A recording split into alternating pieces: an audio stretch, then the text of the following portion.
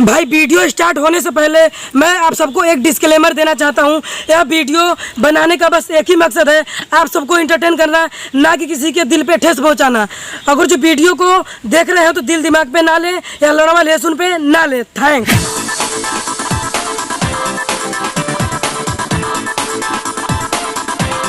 Hello भाई, welcome two माय channel HK धमाका। मेरे चैनल को सब्सक्राइब करें और मेरा वीडियो अच्छा लगे तो मेरे वीडियो को लाइक करें।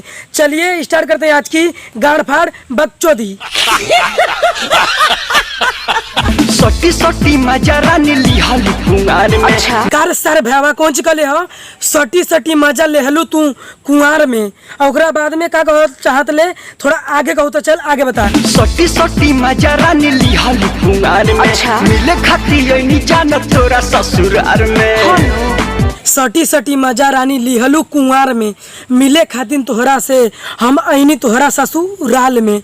अरे सारे कसम से कहते न तू तोरी बहन चो इतना पाथर कबाले, अगर जो तोके सारे न ओकर भतरा देख ली न तोर तो सारे मार के न गड़िया फाड़ दी रे तोरी बहन चो दो। कसम से कहते न भाभी के जल्दी से ले ओके निकल जो वहाँ से, नहीं तो कसम से कहते ओकर भतार जान के न तो तोर फाड़ दी कपार और तोर वहाँ से कुछ ना निकल पाई।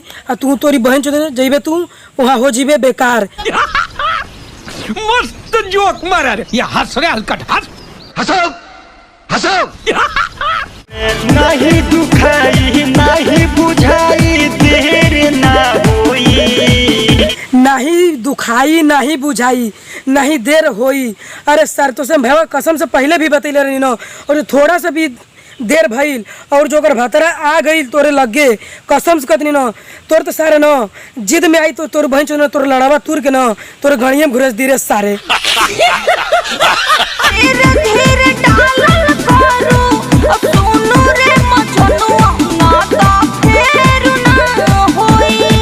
तोरी बहन चो तो तोरी बहनिया बुढ़िया में बीच खोपड़ा पेलो भाभी का कली है धीरे धीरे डाले रे मजनुआ नहीं तो फेर ना होई।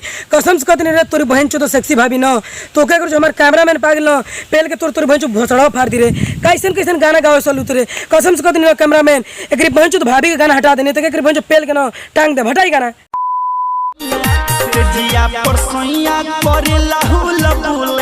कार तोरी बहन चो ऑर्केस्ट्रा वाली का कली हो सेजिया पर सैया करेला हुल बुले भाग तोरी बहन के बुढ़िया में पेल दी आके हमारा लड़वा छूले।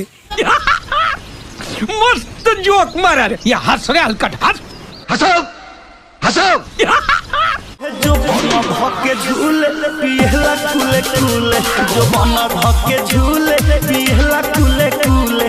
वारे तोरी बहन चो तो भाभी का गाना गिले वाली जो बन झके का कली है जो बन धके झूले पिएला कुले कुले। अरे सारे कसम से कहते न तू तोरी बहन चो न जोबन अगर जो ना भैया पिए भी न तो तोरी बहन चो तू पी ना तो का छोड़ दी रे सारे। सब मजा मिली मतलब आल टू आल जितना मजा मिलता सब जोबन में मिल जा तो तोरी बहन चो दो वो तोरे जोबन के पी ना आई। अरे सारे मतलब तू का लिए तनी फिर से कभी चल फिर से कहो। जो बन धके झूले पिहला कुले कुले, जोबन धके झूले पिएला कुले कुले।